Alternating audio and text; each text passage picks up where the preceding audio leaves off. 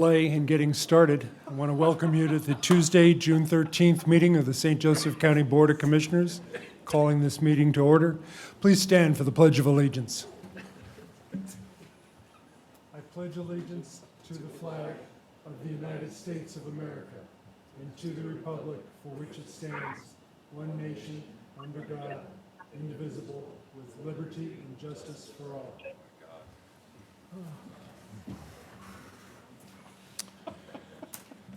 I just want to note that Commissioner Fleming has an appointment out of town, and she has joined us via the Zoom link. First item on the agenda is the accounts payable docket. Do we have a motion? Move for approval. I'll second. Commissioner Fleming, how do you vote? Aye. Commissioner Dieter, how do you vote? Commissioner Baxmeyer, how do you vote? Aye. Motion carries. Next item, approval of a settlement agreement. Mr. Mish, would you please discuss this?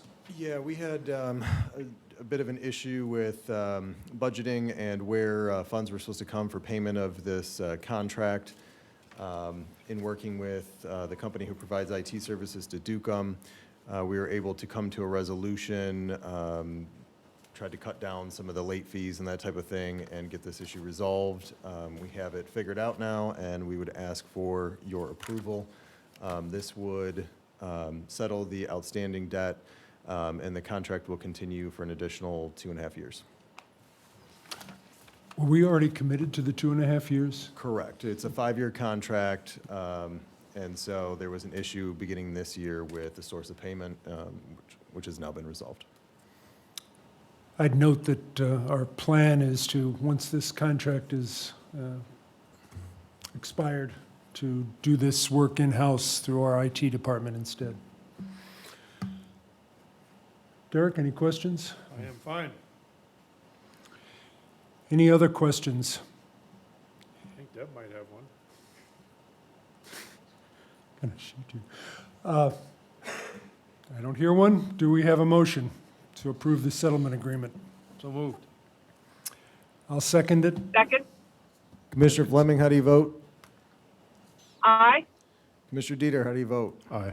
Commissioner Baxmeyer, how do you vote? Aye. Motion carries. Moving on to the Health Department, approval of the extension of contract with Peter Duffy. Dr. Serban, are you going to talk about this, or is Amy online?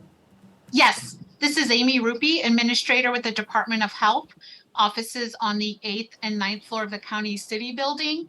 And before you is a contract with a consultant, Peter Duffy. This will be year 3 out of 3 for the consultant.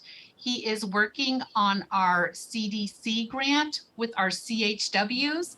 The contract has been reviewed by our board attorney, Marcel. You did say this is year 3 of 3, Amy? That is correct. However, if we are opting in for the Governor's Public Health Commission, there is a clause in here that we would like to extend this contract to the end of 2024. Otherwise, it would expire in August of 2024. And this is paid out of the grant, as you noted, but if we extend this, it would come out of the SB4 funds that potentially we can acquire. Correct. For the last 4 months of the year, it would come from SB4. Derek, any questions? Amy, what's the cost of this contract? The contract is $72,000 for a year, $6,000 a month. Okay.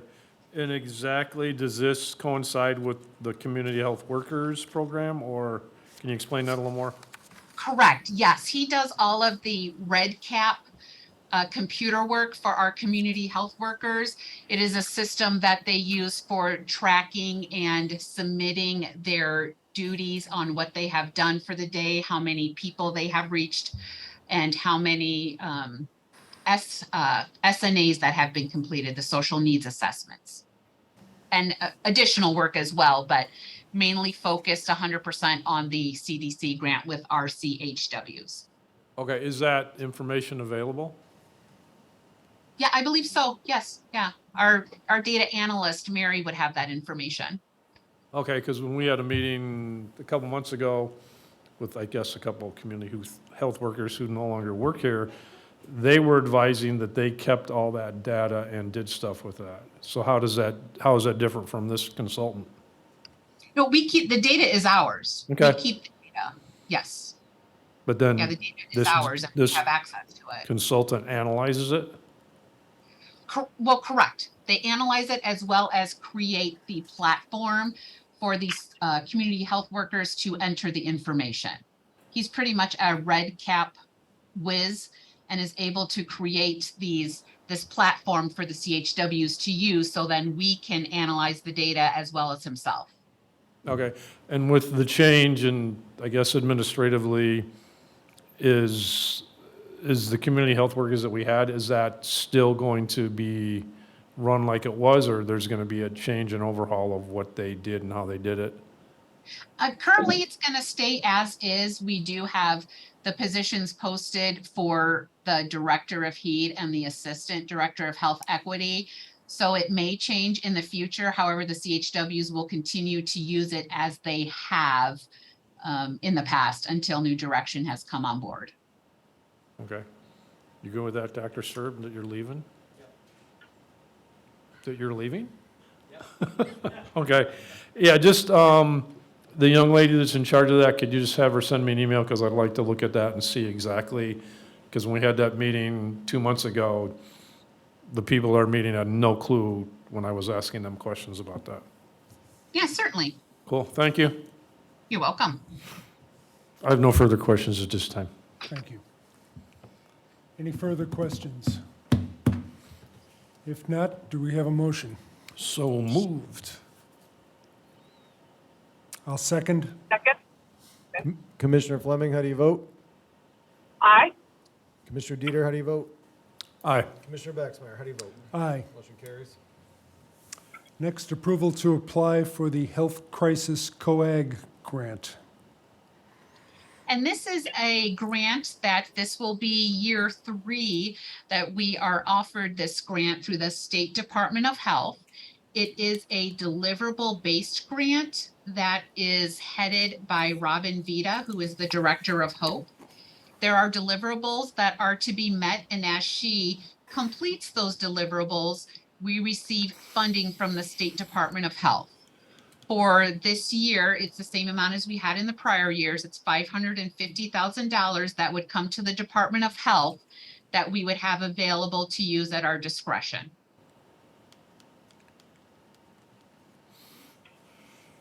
Amy, can you just speak a little bit about how this would interface with the potential additional funding offered to counties through SB4?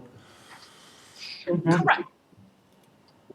Yes, this would be used. We would like to bring on board a school liaison. Currently, that position is being filled by Robin Vita. However, we feel the position is needed in our community, possibly with the city schools as well as the parochial and private schools.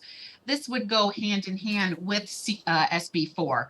We would use these funds to bring the school liaison on board, and then if funds were to run out, we would rely on SB4 to continue that position, as it is one of the core services that are required in the list from the State Department of Health.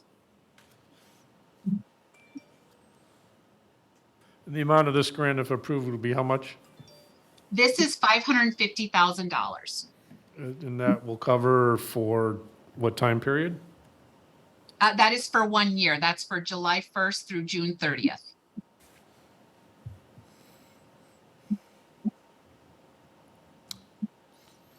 Any other questions? No. If not, do we have a motion? Motion to approve. Second. I waited this. Commissioner Fleming, how do you vote? Aye. Commissioner Dieter, how do you vote? Aye. Commissioner Baxmeyer, how do you vote? Aye. Motion carries. And next, with the Department of Health, approval to apply for a grant for immunization services. And this is also year 3 of this funding opportunity through the State Department of Health. This is considered a supplemental grant to our immunization coag grant. This is in the amount of $324,000. And this would bring on staff an insurance billing specialist that we are hoping to have to bill all different types of insurances within our clinic. And this does go from July 1st through June 30th. As we know, we'll have to, assuming that we accept the SB4 funding, a budget will have to be prepared for next year and submitted by September 30th, I think. So a lot of this we'll have to have alignment with a lot of these going forward. Correct. This will cover through June 30th of 2024, and then it'll have to be written into SB4 for July 1st through December 31st. Hey, offhand, do you know how many shots y'all do a year? I do believe we have that on the sheet. Let me look at that real quick. For the previous grant cycle, 2021 through 2022, over 12,616 patients. I don't have the number of vaccines administered, but we've seen over 12,000 patients Okay. between the immunization clinic and the COVID clinic. Do you guys have that info on your website offhand? Do you know? I don't believe so, no. Okay, because I think it'd be interesting for the public to see how much work y'all do on your daily stuff. And it's again, very important for those who want to continually criticize us against the so-called war against the health department when it isn't even remotely true. But again, all of the good work that you guys continue to do is well respected by these commissioners. Well, thank you. And you too, Dr. Servin. Any other questions, comments? If not, do we have a motion on approving the grant for, applying for the grant for immunization services? Shouldn't you approve? Second. Second. Commissioner Fleming, how do you vote? Aye. Commissioner Dieter, how do Glad you to vote? get the bear. Aye. Commissioner Baxmeyer, how do you vote? Aye. Motion carries. Thank you. Moving on to IT, approval of the contract with Kronos. Mr. Warfield. How you doing? Richard Warfield, Director IT Department, second floor, County City Building. This is for the renewal of our time and attendance with Kronos that we've been using each year. So it's just a renewal for it. So Are all of our departments now on the same attendance keeping system? not quite yet. We're still kind of working towards that goal. Who is still not part of the group? We have, I believe, the St. Joe County PD is not part of it yet, as well as a couple other departments I cannot name offhand which ones they are. That's more of a question for John Butler, who has that information. Okay, and why haven't we got to that point where everybody's doing the same thing yet? Well, we were doing it when we were going forward with the ERP system, but since that kind of got Right. paused, we kind of put a pause on everything else in regards to it till we found out which direction we were actually going, so. Okay, like since you've been here, and it was very dysfunctional for a long time, unfortunately, but what other things can the commissioners do to help so that we're all, like, not handwriting attendance like some departments were doing and all this other stuff? What do we need to do to all be on the same page? As for now, I guess that's more of a question for John Butler, but we are proceeding. He's not in the meeting at this time, but we are kind of moving forward as, I think John kind of made a decision on which direction we're going with the ERP, so we're kind of going Okay, in that direction. is Butler in charge of that, or is that strictly an IT thing, or is that John As far Murphy as the- thing or commissioner thing? As Like- far as the time and attendance, John Butler has been spearheading that part of it. He As doesn't far work as- for the coroner anymore? I believe the building has been purchased. Oh, okay. So, So this is Butler's responsibility then? for time and attendance, it has been going through Okay. Butler. So the commissioner's conversation would be with him of what do we need to do so we're all, Yes, and I On the believe same- he has spoken with Carl in regards to a couple of items that's on time and attendance, so. He was just moved over to taking care of time and attendance, as I understand correctly? Has he been doing it for a while? Oh, payroll, I'm Yes, sorry. yes. Payroll, my fault. That's okay. but he's no longer on the Portage Manor Board though, is he? There's some, going forward, there's going to be some questions about Kronos, but Gotcha. Thanks, Richard. You're welcome. any other questions or comments? If not, do we have a motion? Motion to approve. Second. Commissioner Fleming, how do you vote? Aye. Commissioner Dieter, how do you vote? Aye. Commissioner Baxmeyer, how do you vote? Aye. Motion Thank you. carries. Thanks, Thank you, Richard. Don't buy those cake snacks in the morning either over there, by the way. There being no old business, we'll move on to public comments.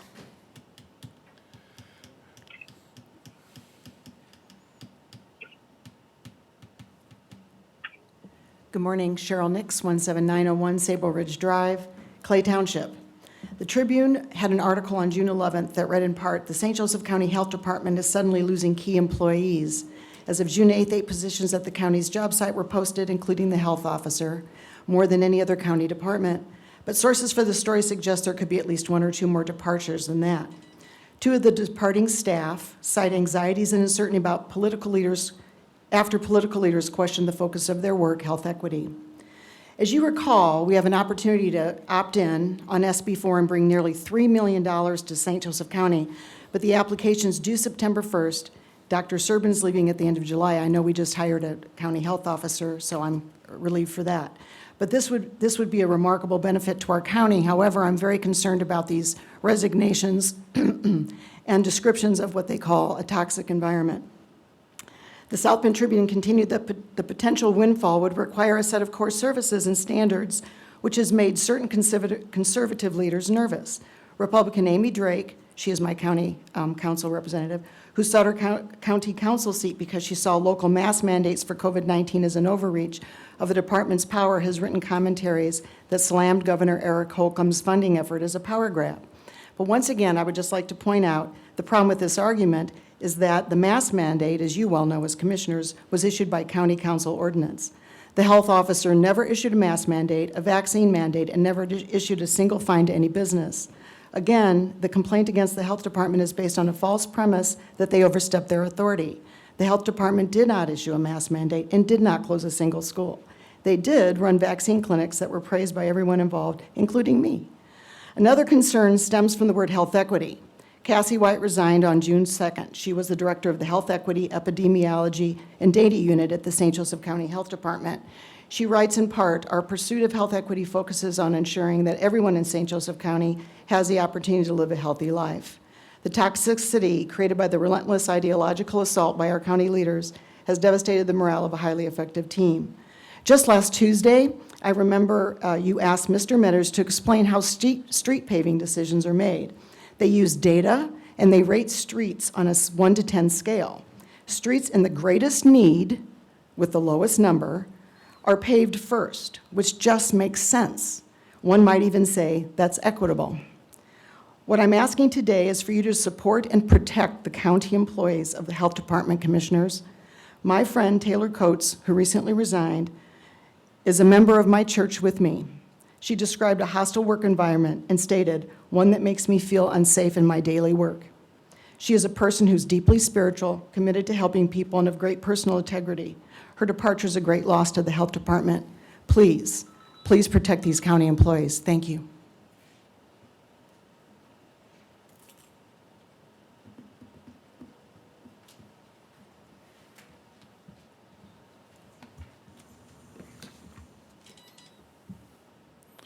Roy Sines, 426 South Mead Street.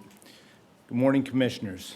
Mr. Dieter, I think your comment regarding Mr. Butler was in poor taste, saying that he's not on the board anymore because you're implying that it was closed already. I think that was rude and inconsiderate of this process that we've had with Portage Manor over the last 4 years that I've been involved. In addition to this, I think that making a little mistake of $700,000 a year in the budget is much better than the $14 million that it's going to cost the residents by closing Portage Manor down. This has been broken down to you. You've seen it in a presentation. It's ridiculous. Your legacy with Portage Manor is to close end 40 jobs, displace over 100 disabled, elder, or mentally ill persons. Announcing that 40 of these people will qualify for Medicaid is premature and irresponsible because the state regulates that through real services. They do the process, all right? We don't know which one of those are going to qualify for Medicaid waiver at this point in time. I think that's irresponsible for us to go out and announce that. I feel that Amy Drake announcing that Valley View is the partnership that hasn't been fully vetted yet is irresponsible of the county as well. This is very ugly. In addition to that, Mr. Baxmeyer, what I have here is perhaps the version you did not see, which is Bonavita's first proposal for renovating Portage Manor that states that to renovate it for an RCAP facility is only $5.6 million. All right? You were not on the commission at that time that came out, so perhaps that was not presented to you, just like it was not presented to the public, nor was it presented to the council members, especially our freshman council members, in January. The only thing that was presented was something geared towards Medicaid, right? Those Medicaid things, most of these residents do not qualify for. But again, to quote Adolf Hitler, if you tell a big enough lie frequently enough, it will be believed. And I believe that that's the process that we've been going through. In my numbers, I talked about incidents. $68,000 per incident for a seriously mental ill individual that it costs the county when they're uninsured. If you don't believe me, I have the numbers and the invoices from a resident at Portage Manor to back that up. I feel like this process has just been a farce over the last 60 days. I hope that you would do the right thing instead of letting your legacy be contributing $700,000 a year and stop it from being a cost to the county residents of $14 million a year. Thank you.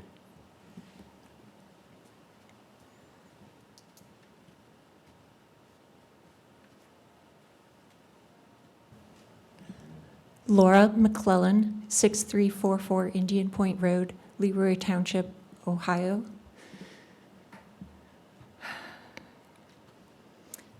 I would like to start by saying that my brother, Edward, is one of those residents who we were told by multiple people that, oh, he's definitely going to qualify for that Medicaid waiver. Absolutely. Well, guess what? We met with Real Services yesterday. It's not even close. Real Services, they grade based on physical disabilities. He has been diagnosed as developmentally disabled, mild intellectual disabilities, autism spectrum disorder, impulse control disorder, bipolar disorder, on and on and on. That does not qualify him for Medicaid waiver through Real Services. They informed us immediately that I will be receiving a letter of denial. So don't you dare lie and tell people how many residents at Portage Manor qualify, because you have zero idea. They have not even been assessed. And I did not realize just how angry I was going to get while I was up here telling you about this. But I think it's fair to be angry because you are not listening. You are telling lies. I've seen the lies written down. I'd like to also point out that ignorance of the law is not a defense. Indiana Code, Title 12, Article 30, Chapter 3, County Homes in certain counties. This chapter applies to a county having a population of more than 235,000. That's this county. The Board of Commissioners may establish, et cetera, maintain a county home for the support and care of individuals with at least one of the following. A county home board is created in each county that maintains a county home under this chapter. All appointments are for terms of 4 years and begin on January 1st, immediately after the expiration of previous term of appointment. A member serves until the member's successor has been appointed and qualified. That did not happen. A vacancy occurring for any cause in the membership of the County Home Board shall be filled for the unexpired term by the Board of Commissioners. They shall make appointments promptly as far as feasible. The County Home Board shall hold one regular meeting each month, and the called 3 minutes meetings are up. Thank prescribed you by so the much, rules of the ma'am. County Home Board. That did not happen. Thank You so much keep for your breaking the comments, law, ma'am. and no one is holding you accountable. Ma'am, thank you so much. Thank you. You've broken the law, too. Have a I hope seat. you know that. Thank you.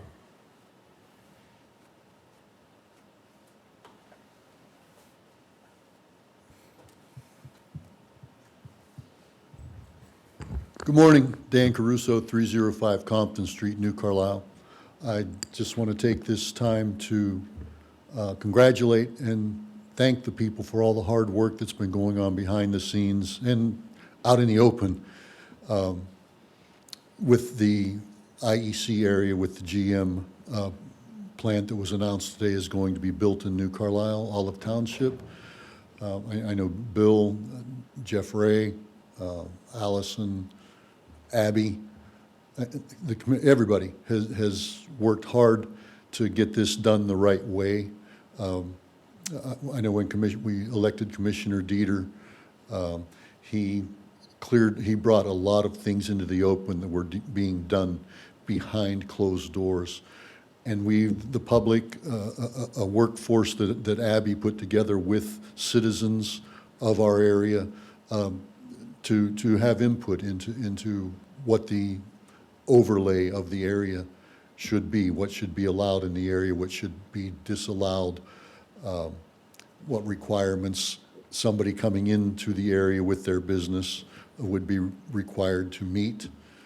And everybody, if it keeps going this way, I really am happy for the way this has turned out. But I like to see some continuing oversight of this project for them to meet the terms of the abatements that they're going to be eligible for on the construction and in the operation of this facility. And just want everything out in the open, and when things come up that are unexpected and all of a sudden a lawyer comes in and says, well, we're eligible for this abatement, but we didn't meet this guideline, but we should still get the abatement. And I just look for a lot of lawyer talk, possibly to get involved, and for the people who have been doing the oversight to keep up the oversight and question these people when they come in with excuses, if it happens, on not meeting, for instance, the December 31st, 2027 deadline for having 85% of the plant workforce online. Thank you.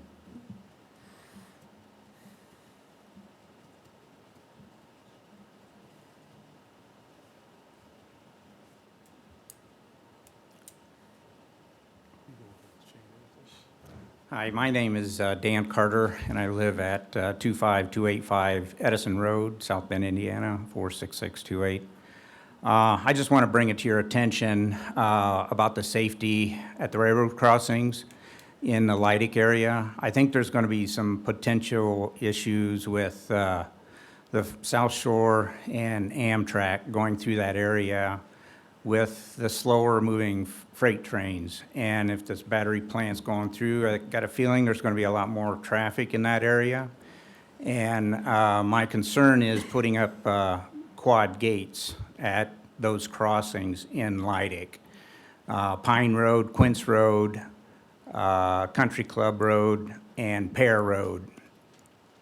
This is a win-win situation here. If we get crossing gates, quad gates at those crossings, you're going to eliminate anybody going around those gates. And there's going to be temptations for people to go around those gates when you got a slow train staging itself there. And then here comes a South Shore train or a Amtrak train. And, you know, they're looking at the slow freight train, and now they're going to go around those gates to beat the train, and here comes the other fast train. There's going to be an accident there sooner or later. And I go back to this win-win situation here. If we get the quad gates put in place, we could get a quiet zone out there also. This would benefit the whole community. It would improve your property values. It would, you know, bring people into the community at the ballpark. Reigns of Life are affected. The country club, South Bend Country Club is affected by that. The Paze's Restaurant is affected by that. I don't know, I probably left something out there, but anyways, I just wanted to bring this to your attention that I think there's going to be an issue. I've seen one vehicle go around the gates, I witnessed it, and this was at Country Club, of all places. That's, you know, hard to see up and over if there's even another car coming from the other direction. So I just want to bring it to your attention, whatever it takes to get some quad gates out there. You know, and then like I say, if you do that, then those crossings would qualify for a quiet zone. So anyways, see what you can do. Thank you. Anyone else in the room wish to comment? If not, we'll move to the folks online. Somebody with the initial N has their hand up. That's me. Can you hear me? This is Julie Calhoun. Yes, we can hear you. Thank you. 51517 Haverhill Court, South Bend, Indiana. I heard we couldn't speak tonight, so I'm speaking now. 85 vulnerable lives with varying degrees of mental illness live at Portage Manor, down from the 120 or so when Portage Manor first announced the possibility of closing in January. My brother is one of the residents of over 30 years that live here. The gem could be a model throughout the state in residential care, providing structure and safety for those with mental illness issues. This facility saves the city and county money in hospital, jail, police, everything that was on Roy Sand's PowerPoint. It breaks the cycle of all these taxpayers' monies being used.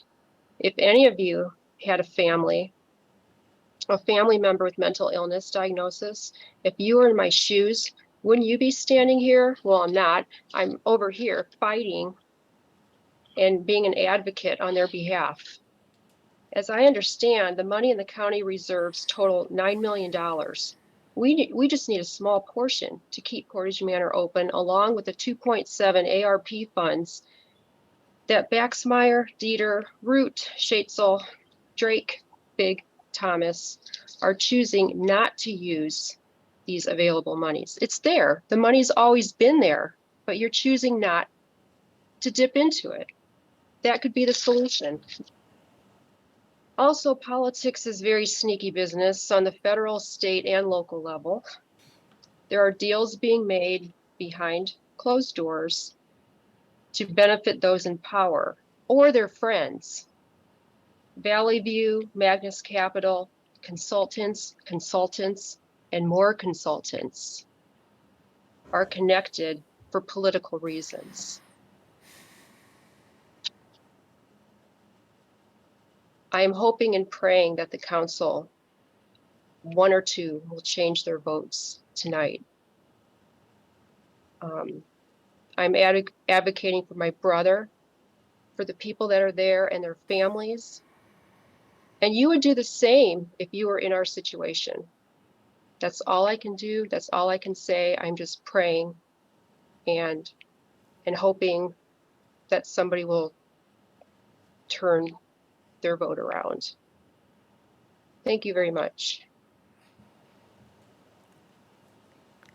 Anyone else online wish to speak? Stephen Whitmer? Stephen Whitmer, 5600 block of Eastview Drive, Osceola, Indiana.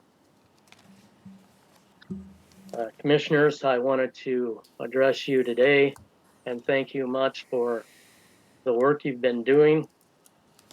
I wanted to make a comment about the employees leaving the health department. I believe some of the issues encompass the direction the health department's been doing within the last year or two. They've been pushing Marxism, socialism. They've been pushing abortion, which why would a health department be pushing abortion, murdering unborn children, as well as totalitarianism?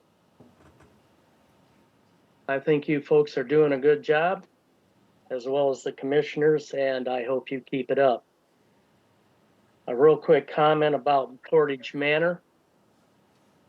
I have a son that has health issues, and we are raising, we are taking care of him at home. He's adult now. And why anyone would want to put their relatives into a group home is beyond me. The best care can be given by family members. And I'm not just mentioning mothers, fathers, but there's siblings, there's aunts, uncles, cousins. And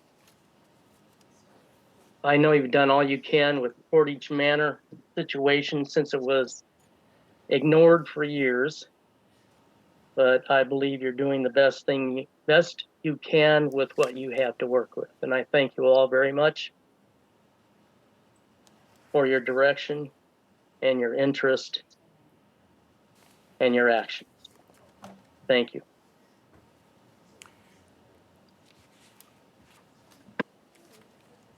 Anyone else online wish to offer a comment? Seeing none, do we have a motion to recess? Second. Commissioner Fleming, how do you vote? Commissioner Dieter, how do you vote? Aye. Commissioner Baxmeyer, how do you vote? Aye, Motion carries. thank you.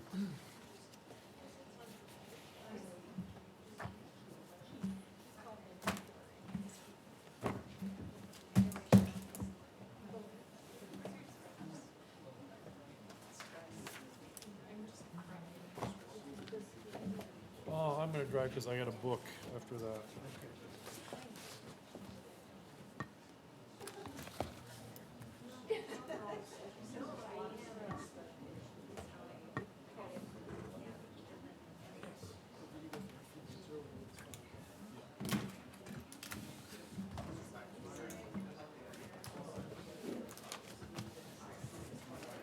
Going, Dalton?